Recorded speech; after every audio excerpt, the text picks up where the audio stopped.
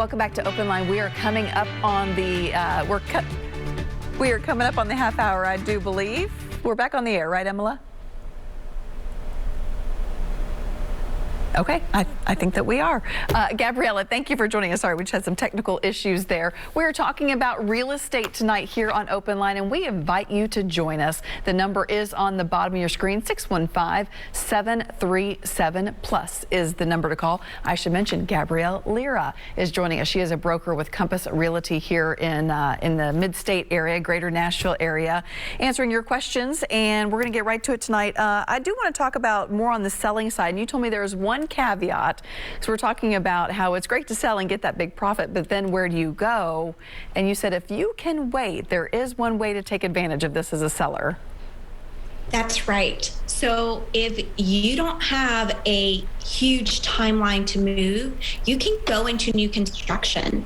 And so we're seeing less bidding wars there because not everyone can or is willing to wait 3, 6, 9 months to get into a home. So that might be a really good option for you.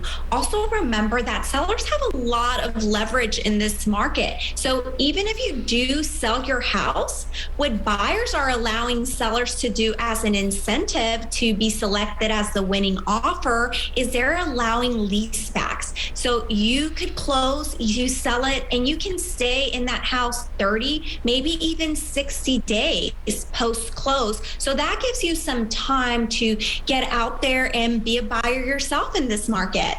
That could, that timing part is really hard to work out. So that could really work an advantage of someone who is buying a home to give the seller that extra time. Let's jump to the phone lines. We have Mike on the line. Mike, thanks for breaking the ice and being our first caller. Go ahead.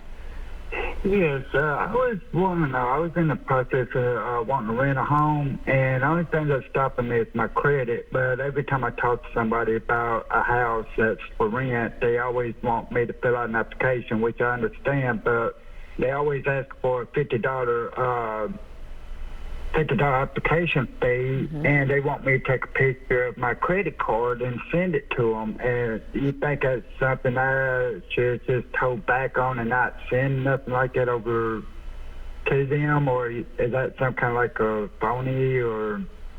All right, let's see what Gabriela has to say about that. Mike, thank you for calling in. I'm gonna go ahead and hang up so you listen to your TV, okay? Thank you. Thank you. Gabriela, I know it's a little different on the renting side, but any advice for Mike?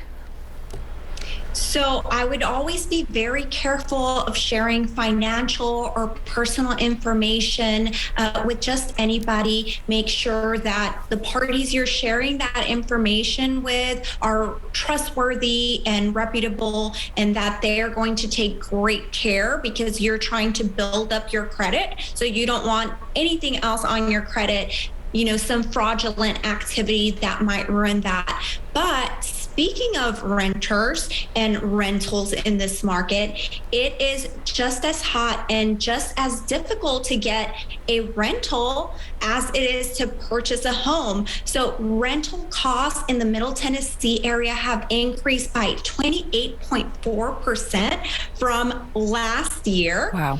I believe the mean, or the medium, I should say, rent in Nashville is almost $1,800, $1,780, and it's just as competitive out there for renters. Because a lot of people are just giving up on the home buying process. Yeah, that's part of it. A lot of people are giving up on home buying, and these are very qualified renters. The average household income of a renter has gone up 25% from last year, and it is now at $70,000. That makes a huge difference. And again, it's just very cyclical. People can raise rents when you have more demand, less space, and it just goes round and round and round. So it seems like we have one bubble over here for renting and one for also for buying a house, wouldn't you say? Yeah. Yeah, and there just aren't enough rental units. It seems to be just an inventory shortage everywhere. And then when you start thinking about folks who are trying to do this for the first time and they may be renting right now and those prices are going up, it really makes it a lot harder to save to get that down payment. It certainly does. I tell my buyers, be creative, save for a down payment, look at your budget. What can you cut? Can you get rid of that Starbucks you get every day, that $5 Starbucks you're getting every day? It's a sacrifice. So what about moving in with your parents? Is that an option so that you can save for a down payment? Or are you creative or have a skill? Can you get some type of a side hustle going to get that extra income? Good advice. Okay, we have Mike actually back on the line. Another question. Hey, Mike, go ahead again. Yeah, this is a different Mike. Oh, well, hello, different Mike. Thank you for calling in.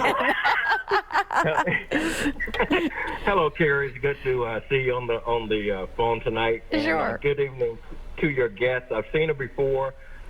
She's a wealth of information. I looked at her bio. I think she's a Yale graduate. But I'm going to call her Mrs. Real Estate from this point on. Anytime I see her on TV.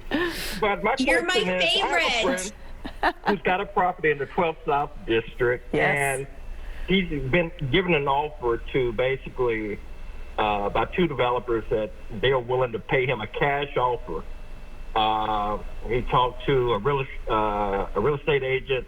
The real estate agent talked to some developers, and basically within a matter of days, two offers came in from two separate developers ready to write a check for I think it was $1.4 million, and a closing date of 60 days.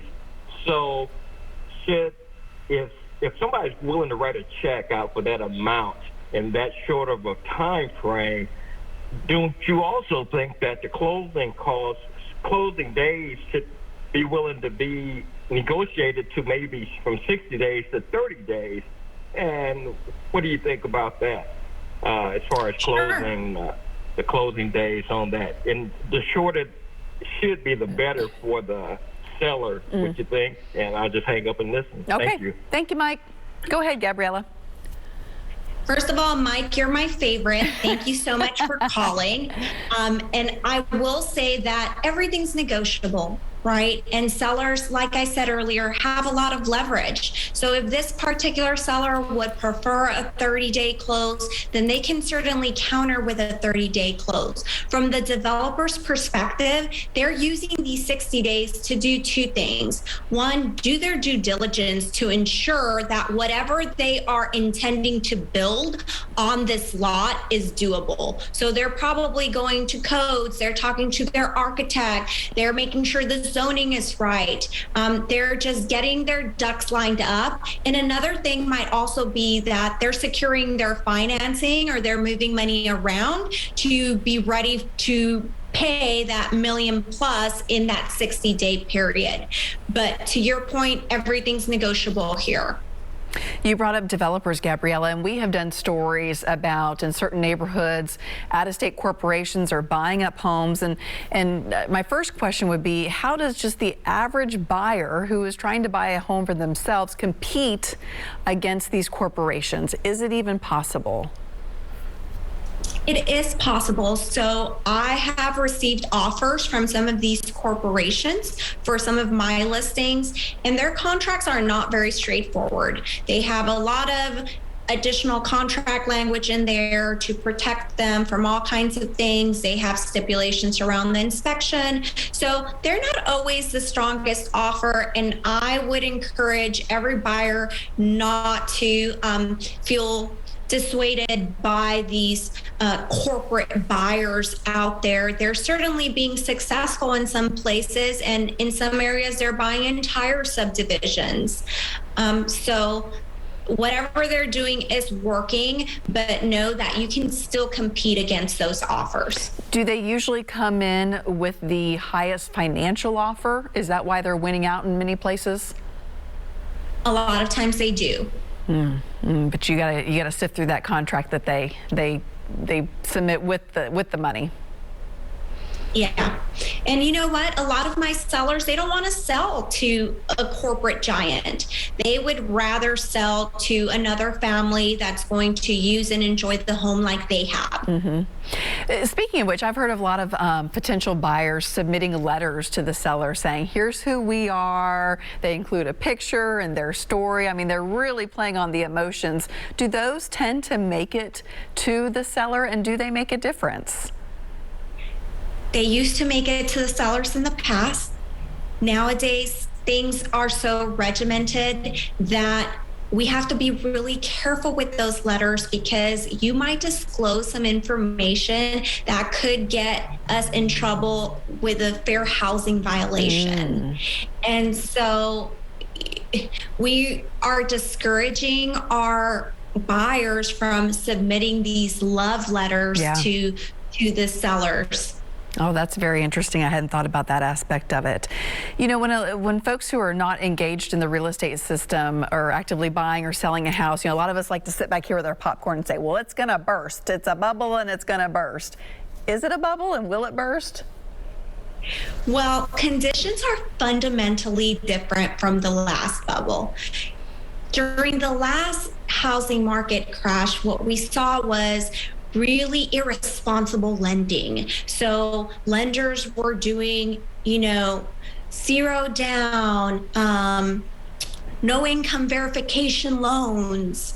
And now lenders are more scrutinized. They have to abide by so many new regulations. And so the people that are getting financing now are actually qualified. So that is one of the fundamental differences. Because of the last bubble, builders overbuilt and they lost big time. And so they became shyer and more conservative, which has gotten us to where we are now with a lack of inventory. Yeah, that's very true. So you're saying you can, if you were sitting on the sidelines thinking, should I enter this market, you feel like people are safe. They're not going to turn around in just 2 years and be upside down in their house. Yes, that's what I think, and especially the Middle Tennessee market. We have so many great things going for us. We are attracting so many jobs here. We have great leadership. So I am bullish on the Middle Tennessee market. You have mentioned it, and we know that interest rates are likely to go up this year. What do you think that will do to the housing market overall? Well, I'm hoping that it will slow the market just a little bit, but I'm not expecting a huge slowdown. But what that really means is that buyers will now be able to afford less. And so that is also causing a lot of this, you know, anxiety to get into the market now, because what you can afford today, if interest rates go up, you'll be able to afford less in the future.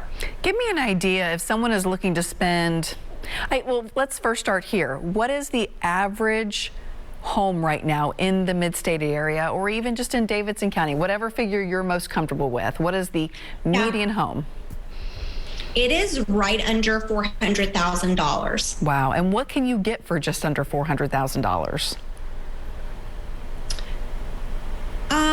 You believe it or not, you can still get lots of homes. I mean, it kind of depends, right? We might be able to get you a condo. We might be able to get you a townhouse in Old Hickory or Hermitage. And then we might be able to get you a single family home a little further out for that amount. It's pretty incredible from where we were 10 years ago, the way prices have gone up. Just incredible. Yes. I remember 10 years ago when I first got into the real estate market, I was selling $100,000 homes. Now you can't do that. If I had a crystal ball then, right, I would have bought up all the $100,000 homes. All right, we have another caller on the line. Jason is hanging on here. Jason, thanks for being with us tonight. Go ahead. Yeah, hi.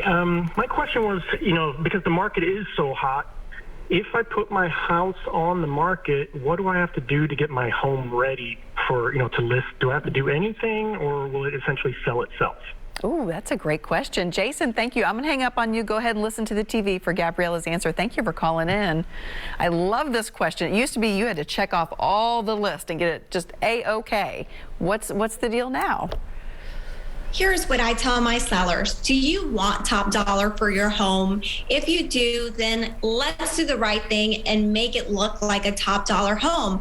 I still believe in getting your home ready to go on the market. So we come in and we do a walk around your house, and I make some suggestions for you. Declutter, depersonalize your house, make sure that it's clean, make sure that it smells good when people come into your home.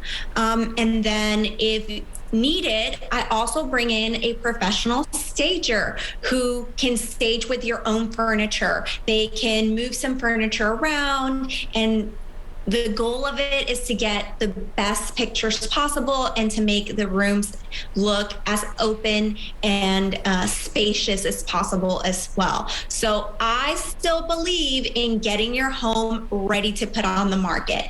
Now, can you get away with not doing anything? Sure. There's some buyer out there that does not care whether your home is freshly painted, whether you have fresh mulch, whether there's repairs to be made.